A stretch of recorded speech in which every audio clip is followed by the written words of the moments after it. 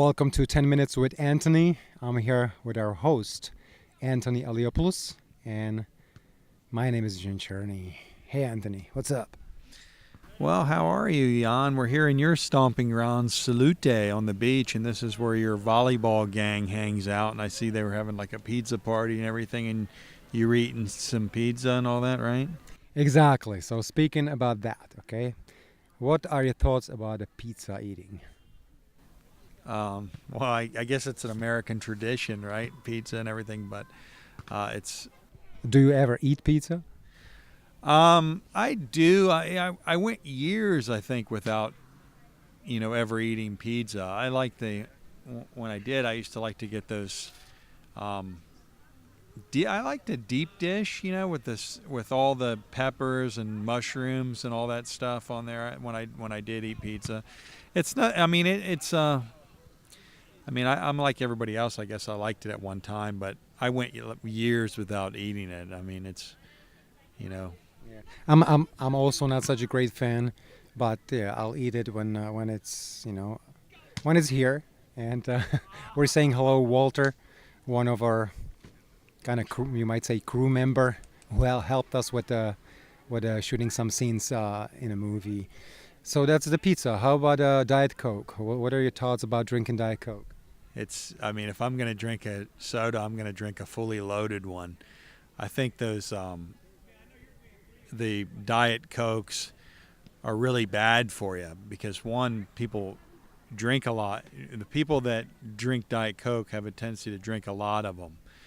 Um, there's a lot of harsh chemicals in soda in general, diet soda as well, and then there's also, I think they've done some tests and some evidence shows that drinking those diet drinks to quell your sugar cravings actually make you crave sugar even more. There's been a lot of tests of that, and I just think, I don't know anybody that, to me, Diet Coke tastes awful anyway, but I don't know anybody that's a Diet Coke drinker that doesn't drink them constantly throughout the day. We're talking 2, 3, 4 Diet Cokes a day, and I just think that's, ultimately years of doing that, your health is going to suffer with all those chemicals. If it's the caffeine you're addicted to and you need the caffeine, just buy those. They have Vibrant and stuff like that. But if you live in a place that has a Walmart, buy those Jet Alert. You get like 90 of them for $3, and just take one of those with some water, and that's your caffeine fix. You don't have to get all the rest of the chemicals to get that. You get 200 milligrams of caffeine. Well, speaking about the coffee, and how about drinking coffee? Yeah, I think coffee's fine. I mean, you get the caffeine, the diuretic of the caffeine, and if you're just drinking a black coffee, or maybe sweeten it with stevia. The problem that people have, or they drink these coffees from Starbucks or Dunkin' Donuts or whatever, these expensive like milkshakes in the form of coffee. They put all these creamers and things like that. We're here. We live very close to Cuba, so there's a lot of that Cuban coffee as a big deal here amongst the Cubans, and I know they use like a ton of sugar in it, and they put milk in it and stuff like that. But I mean, that becomes not such a healthy drink. Yeah, so coffee yes, sugar and cream no. Okay, let's move on to some other food. How about Burger King? Can you eat healthy in these joints like McDonald's, Burger King? Like, let's say, if you just pull the meat out and eat the meat and veggies, they also have like this chicken salad and stuff. What are your thoughts on that? Yeah, I mean, I think like Wendy's, I think always had like a baked potato. I'm not real, I don't want to sound this way, but I'm not real familiar with the fast foods. I very rarely go into fast food restaurants. There's always the salad and but the whatever chicken they put on there, I'm not even sure that's even that's some kind of processed chicken. So there's all, so it's I mean They don't kill a chicken and just automatically chicken nuggets or whatever come out of the chicken. It's kind of a process with other chemicals and things to make that like that.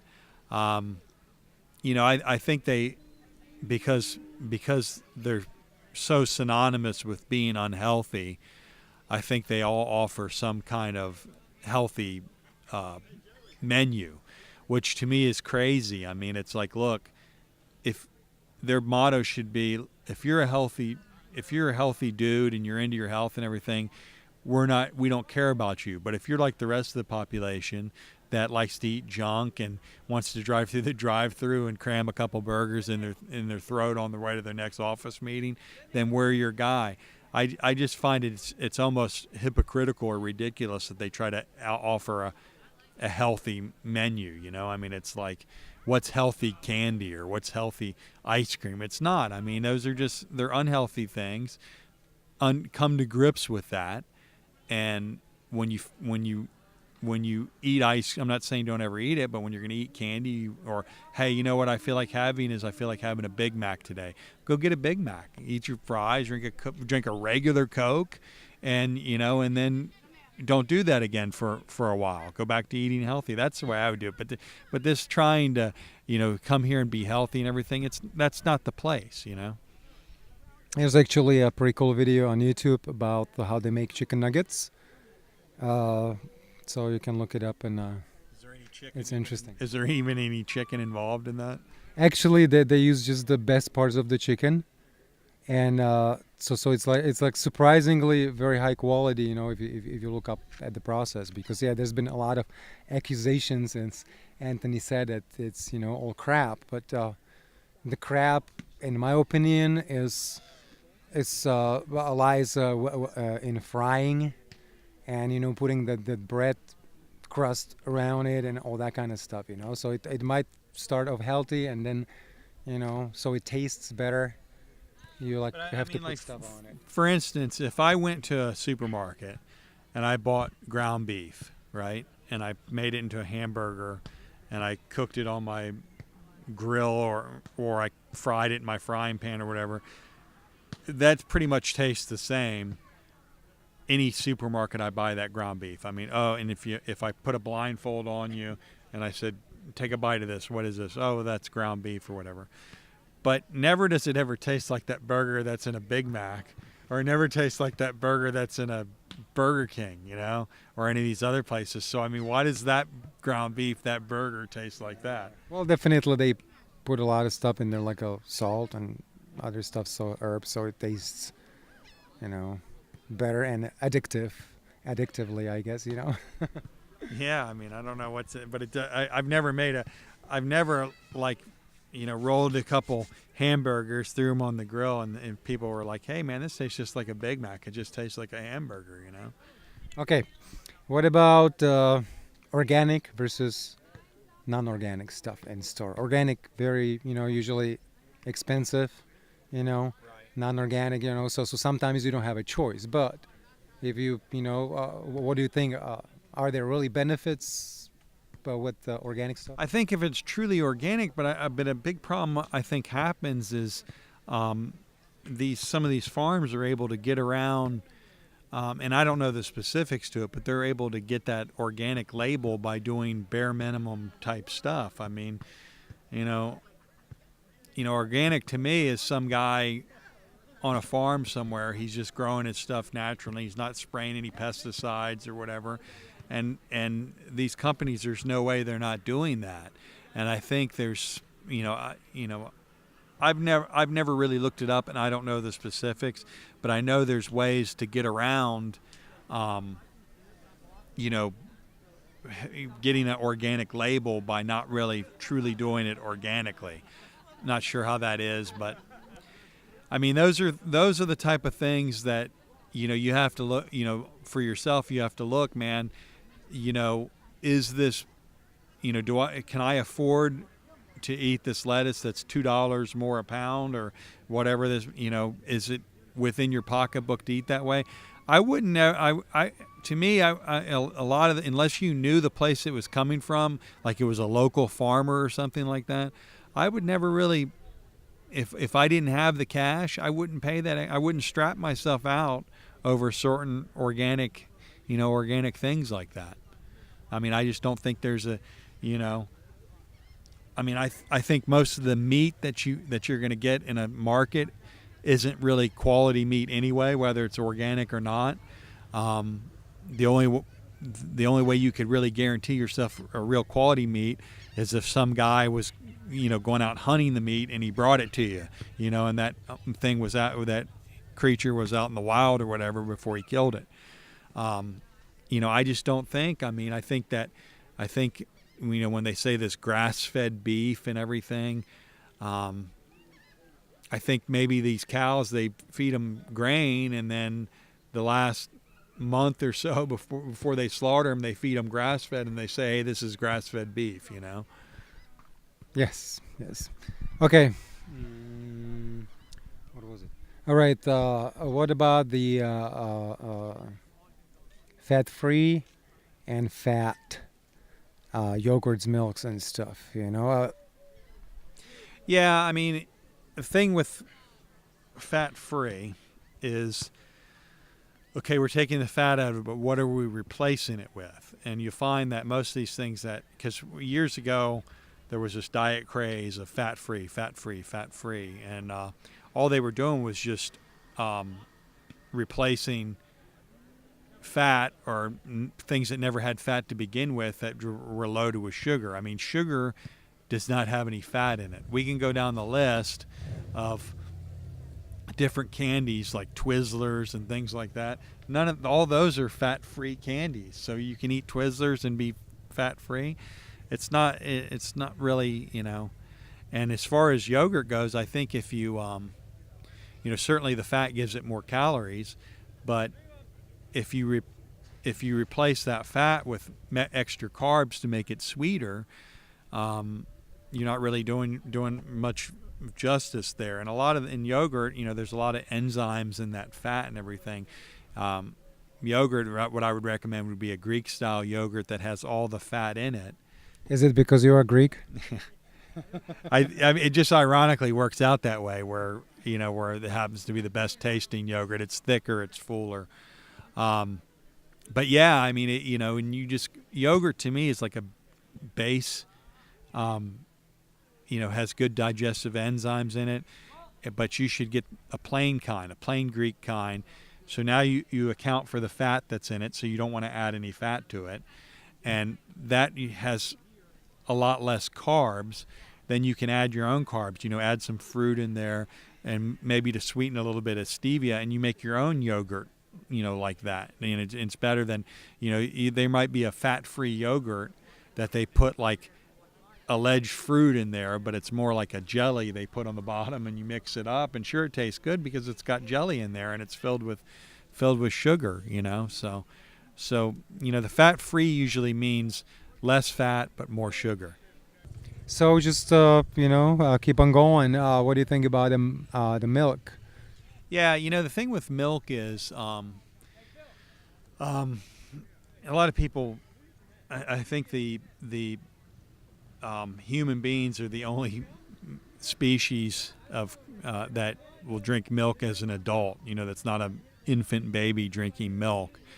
And I don't really think that the type of milk you buy in a store is particularly good for adults to drink, really children, and because of the pasteurization process.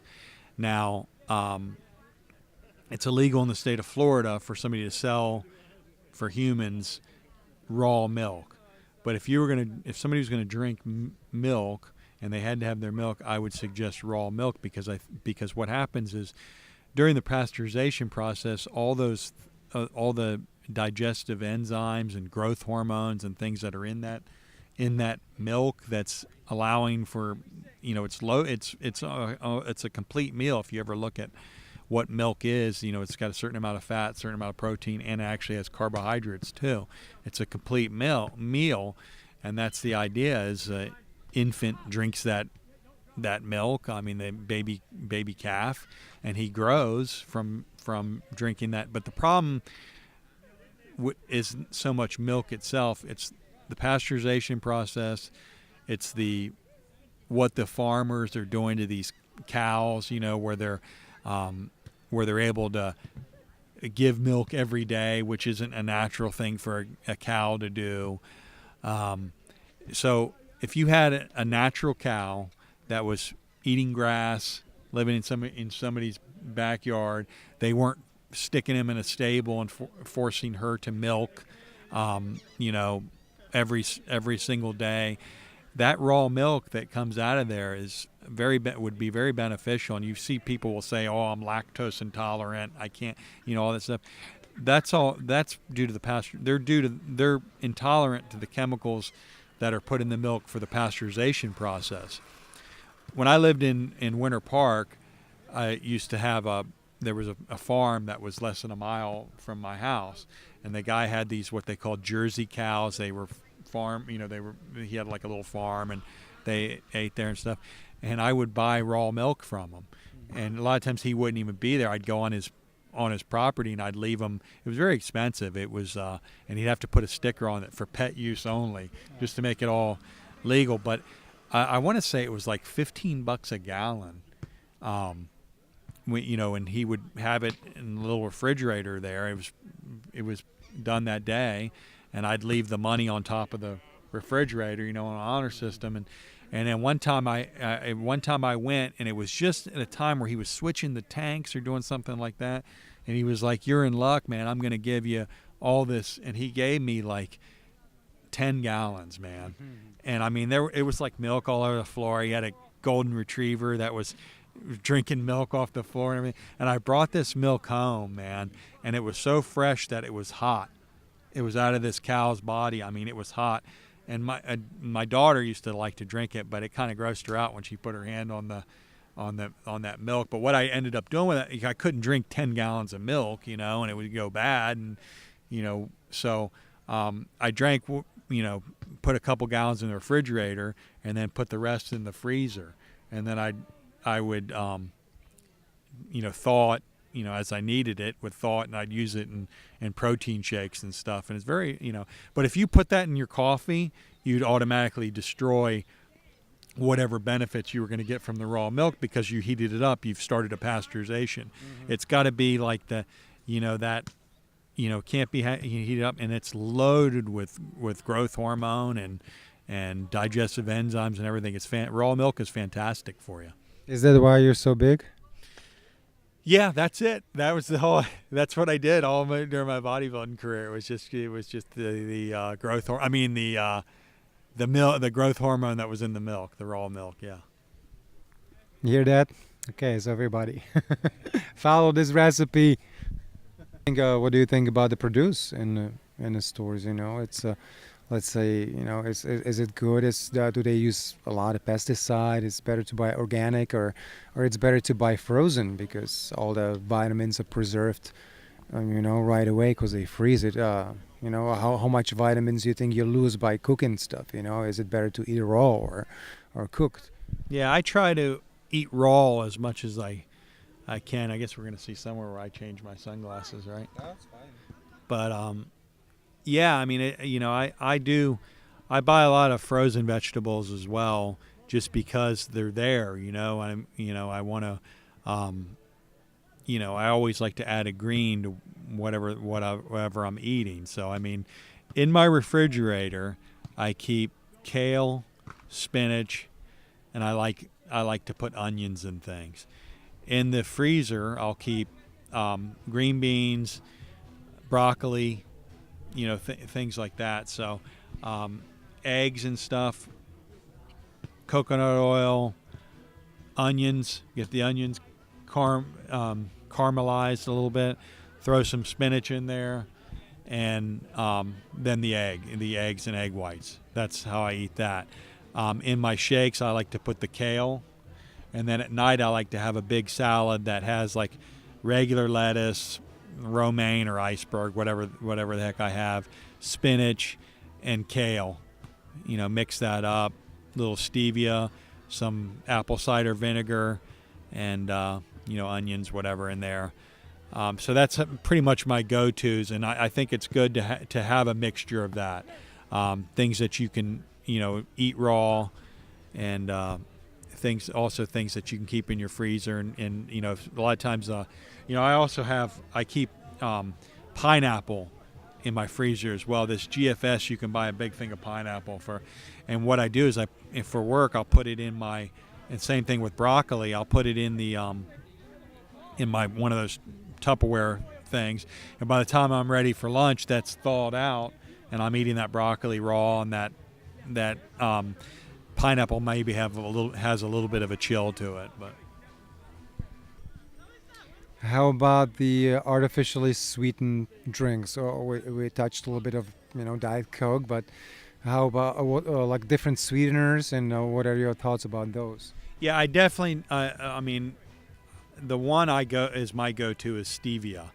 I think that has the best taste to me. I mean, it tastes as close to sugar as there is, and I think it's a little bit more natural. It's better for you, or not as bad for you as, say, aspartame would be the worst. And a lot of times, and if you have pets around, dogs and stuff, and they put that aspartame or whatever that is, that glycerol they put in the sugarless chewing gum, that can be, a dog can die from eating one of those pieces of gum. So that glycerol, stuff like that. I mean, I stick with stevia if I'm looking for some kind of sugar type, pre-workout or post-workout. I'll use old-fashioned honey. I think honey, maybe you find one that's local to you, because those are local bees that are pollinating that honey. We have one down here called Keys bees, but usually wherever you're local, that those are bees that are local, that are those flowers, that pollen, that type of thing. It's a little better for you. What are your thoughts about the chocolate? Chocolate has shown, the regular dark chocolate has shown to have a lot of benefits, and What would be a percentage of a cocoa that you would buy a chocolate? I mean, it's close to the pure as possible. You have to sweeten it yourself, because it's going to be that real strong, and there's caffeine in there too, but there's going to be that real strong. So you can't, it has a certain amount of carbohydrate in it, but you'll have to sweeten it with something like a stevia or something like that. But those are good too. If you're making, you can make your own protein shakes. If you don't want to buy this protein powder or something, you buy the liquid egg whites, and maybe put a whole egg or two in there, put that cocoa powder and some stevia, let it rock. You got your own protein shake. That's nice. That's nice. That gets expensive though. I mean, if you do that, I mean, it's cheaper to buy the powder probably, but if you are like, hey, I don't want to deal with the powder and I want the real stuff, you buy that cocoa, buy stevia, and egg white is your liquid, and use the an egg or two. It's going to give you richness, and it's going to give you the fat. Put that in the blender, and you can add some frozen fruit depending on how much carbs you want to take in. Frozen fruit's going to give it kind of that milkshake type texture. Or you could just add ice, or maybe flavored ice, put it in there. Less calorie, but it's going to give you that ice is going to give you that milkshake texture, and you're good to go, man. Yeah, it's a good recipe for a shake. As for chocolate, I would recommend try it out, because the more of a cocoa, the more dry it gets, and then if you're like desperate for sweets, it's nice to have a piece of that chocolate. That's my experience. The ones I always buy are just like that. I think it's that Hershey's. It's just in the powder, and you can mix. Powder. Yeah, they make one like that, and you just look at the ingredients, just make sure it's cocoa. It's, that's all that's in there, and you're good to go. Yeah. My go-to when I would diet, last meal of the night would be 2 scoops, probably whey isolate protein, and 2 tablespoons peanut butter, and mix with water until it becomes like a pudding, and then eat that. And there's not really any real carbs in there. I mean, there's some from from the peanut butter, but there's fiber in there and stuff, and then you get the protein and some fat, last meal of the day. All right, this was the health food special with Anthony. All right, until next week, everything's looking good. Enjoying the Key West, the beach. I got some sun today, as you can see. Did some snorkeling and swam with my dog today, so it was a good day. Okay, bye.